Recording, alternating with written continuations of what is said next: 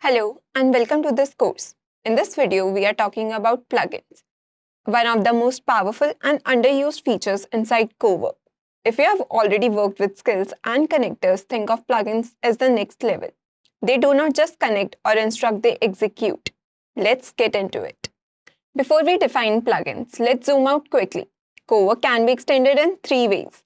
Connectors extend its reach, connecting it to apps like Gmail or Notion.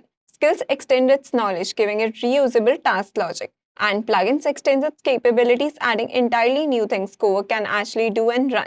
The one-liner to remember, connectors reach, skills guide, and plugins, that word, execute, is what makes plugins different. They run actual code. Everything else flows from that. So, what exactly is a plugin? Straight from Anthropic, plugins bundle multiple MCPs, skills, and tools into a single download. One install, everything ready to go. Every plugin has four parts: a manifest file that declares its identity and permissions, tool definitions that tell Cowork what it can do, a runtime handler that actually code that runs when the plugin is invoked, and a permission scope that controls exactly what it can access. Here is my favorite way to think about it. Cowork is the project manager, it knows what needs to get done. A plugin is the specialist contractor brought in for work the project manager simply cannot do alone. Cowork directs, the plugin delivers. This is the slide I want you to really sit with. All three extend Cowork, but in completely different ways. Connectors extend reach through OAuth and API calls. Skills extend knowledge through prompt instructions. Plugins extend capabilities through sandbox code running at task time. The biggest differentiator? Code. Connectors. No code needed, configured via settings. Skills. No code, written in plain language. While the plugins, yes, built with the plugin SDK. That is why plugins are built by developers or Anthropic Verified publishers, not everyday users. The examples say it best. Reading Gmail, which is done by connector. Weekly KPI summary, the skills part. Auto trimming silence from a video, that needs actual code. So that is a plugin one. Three things worth knowing before you start installing plugins. If you want to submit your own plugin, use the form at claude.com/plugins, and Anthropic handles the rest. On the review question, all community plugins go through automated checks, but the Anthropic Verified badge signals an additional manual review for quality and safety. And before installing anything, use the source code link in every listing to see exactly what the plugin does and what additional software it might load. The rule of thumb, only install from developers you trust.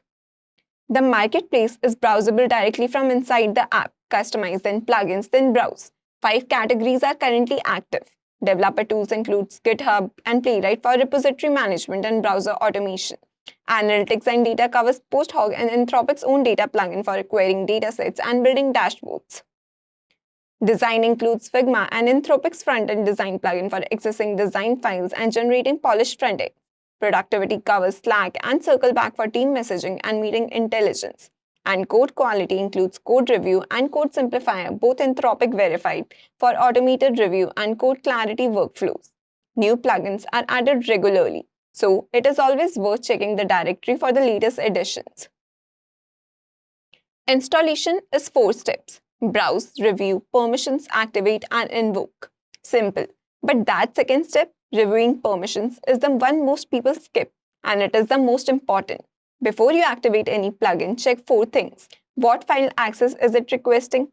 Can it make network calls? Does it need audio or video access? Is it connecting to an external service? The rule is straightforward. If a plugin is asking for access it does not need to do its job, that is a red flag. A PDF plugin does not need audio access. A Slack plugin does not need file system write access. Review what is being asked and only approve what makes sense for the task. Every plugin runs in a sandbox environment, completely isolated from the rest of your system. 4 layers protect you. Permissions are declared before the plugin ever runs. Execution is sandbox and contained. Marketplace plugins with the verified badge have been reviewed by Anthropic, and everything is revocable instantly. Remove a plugin and all access is gone immediately. The mindset to carry with you: the more sensitive the access a plugin requests, the more carefully you should review it. For most well-reviewed marketplace plugins, the scope is narrow and clearly justified. So, here is the key takeaway from this video. Plugins bundle MCP, skills, and tools into one install. Every plugin has 4 parts: manifest, tool definitions, runtime handler, and permission scope. The marketplace has 5 categories with real tools ready today. Installation is 4 steps and the permission review is the one that matters the most. Every plugin runs sandboxed with only the access you grant, revocable at any time. And the Anthropic Verified badge is your strongest signal of trust. That's it for this video. You now know what plugins are and how they differ from connectors and skills, how to install and use them safely. Thank you, and I'll see you in the next one.